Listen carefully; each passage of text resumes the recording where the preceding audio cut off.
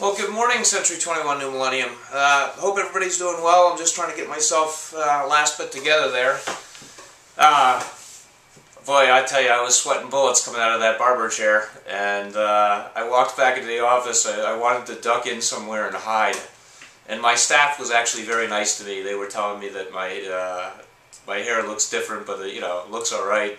And I walked out of there feeling fairly confident about myself. I drove down to D.C. where my sister was in for the weekend, and picked her up, and she opens the car door, takes one look at me and goes, "Oh my God, you're an egghead." So I guess leave it to family, to be honest with you. But I'm glad. I'm happy to do this. It was a fun thing to do.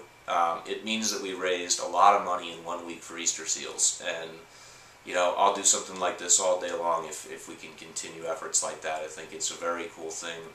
I appreciate your support of my effort, but more importantly, I really appreciate your support of Easter seals, and that's what this is about. It's about families with disabilities that really need our help, particularly children with autism, and the toll that not only takes on the child, but really on the family. And any little bit that we can do to help and continue to do to help is greatly appreciated. Great news, and we're going to do a series of fairly short videos here.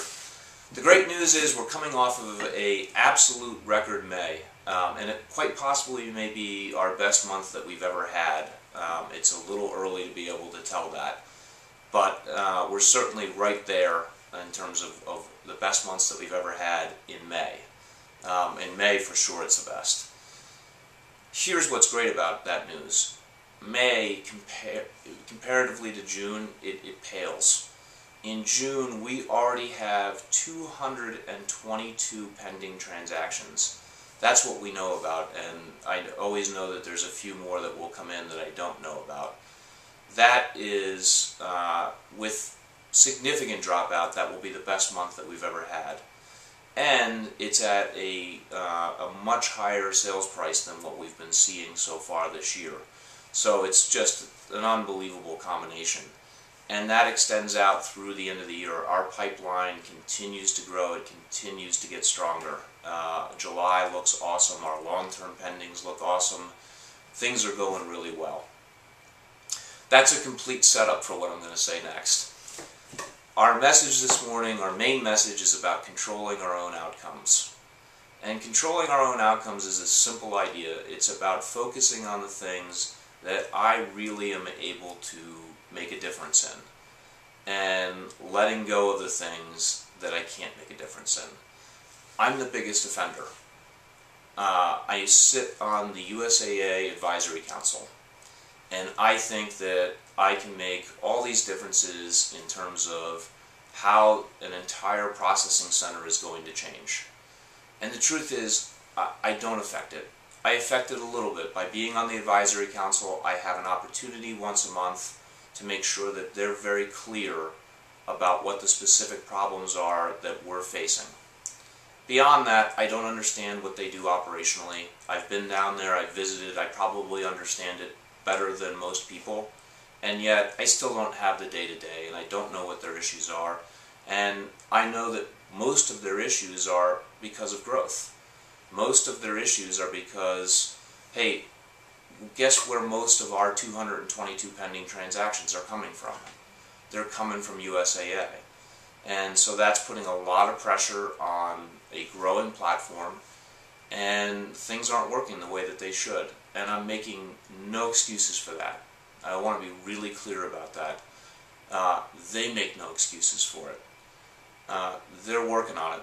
I really don't know when they're going to get it fixed, and it's really, in my mind, wasted energy on my part. What I need to focus on are the things that I can control, and what I'm asking you to focus on are the things that you can control. And the things that we can control are really simple. First of all, if we know that there's issues out there, we absolutely have to make sure that the application happens on day one, that we have a confirmation that they have a live application, have received the contract, and are proceeding forward. that can happen within 24 hours. I'm not going to walk through that. I've put it on a sheet of paper for you. It's a simple process with a couple of best practices. We have to do those things. It's in our benefit to do that. If we know that there's issues, we can't possibly afford to have a week or 2 weeks go by before they're actually moving through this process. So we're in control of that, and you can read the sheet of paper, it'll tell you exactly how to do that. We're also in control of giving our member a very strong message about record volume, the strength of the USAA program, but the pressure that that puts on the program. And you don't say it in a way that's derogatory to our partners, you say it in a way that's a strength. They're an incredible program. So many people are participating in this that it puts a lot of pressure on their mortgage system. So let's make sure that we get all of our paperwork in right away. And that's an easy way to make sure and check in and get yourself involved in the process to make sure that everything that was asked for up front from that client is submitted to USAA as soon as humanly possible. Now I know people are sitting out there and saying, well, we're getting late in the day underwriting decisions asking for things that were never asked for. I totally understand that. Those things are out of our control. We hope that that's going to get fixed. I know that they're trying to get that fixed. But up front, we can only control what we can control. And God forbid we're not getting that paperwork in immediately. If we know what's going on out there, we need to have a strong message that's supportive of our partnership that gets it out there. The last thing is that there are mortgage escalations, and I know that they've been frustrating. I know you've reached out to us for help, and the answers that we're coming back with sometimes don't really close the loop for you. And I know that. But here's what I can do, and here's what we can do, and this is what's most helpful. Let's really, when we get to an escalation, understand what the escalation process is. First of all, have the help desk number programmed into your phone. It's there for you on that sheet, along with the application number and the originations number. Please, please, please put those things into your phone, and please make sure that we're calling the help desk. Ask your client when you take the application to make sure that they specify that they want you involved in the process, that you're able to call the help desk and get information.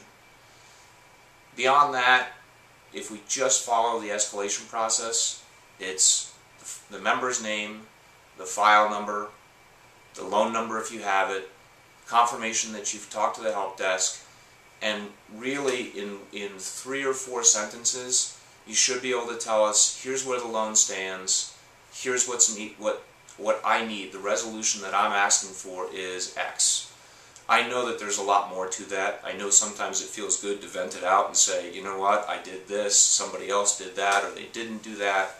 But none of that helps us move it forward as fastly as we possibly can. And so I'm asking for a lot of emotional intelligence from people. And that's what this is. When things are frustrating, we just really have to bring it down to a deep breath. What's going to get me from point A to point B the fastest possible, and go with that. And control the things that we can control. I know that everybody's going to do that. I promise you, and I do promise this, there's a lot of people in the country that don't have the emotional intelligence for this. They don't have anywhere near the leadership team that we have. They don't have anywhere near the level of agents that we have, and they're going to fall down all over the place. They're going to talk bad about their partner. They're going to say things that are not supportive of the partnership that they're in. They're going to throw their hands up in the air and say this is whatever. And you know what? They're going to pay for it. We're not. Look at what's happening to our business. Look at the way that we're growing. USAA knows how supportive we are. And I'm not just talking about USAA. Lockheed Martin knows how supportive we are. NFCU knows how supportive we are. ExxonMobil knows how supportive we are. Our partners know that we're supportive people, and they know that we're there through thick and thin. I'm looking in the camera and saying, control the things that you can control. Choose the partnerships that you're in, and do the best under the circumstances that we have today. I'll keep working on the advisory council. I'll keep providing the information. You're welcome to email me anything that says, Scott, I think it would be better if they did the following. I promise you there's not one suggestion that you send to me that that's reasonable for me to send that I won't send. So I hope that's a good message. I hope that hits it right on the head. It is what it is, and we're going to do the best in the circumstances that we have, like we always do.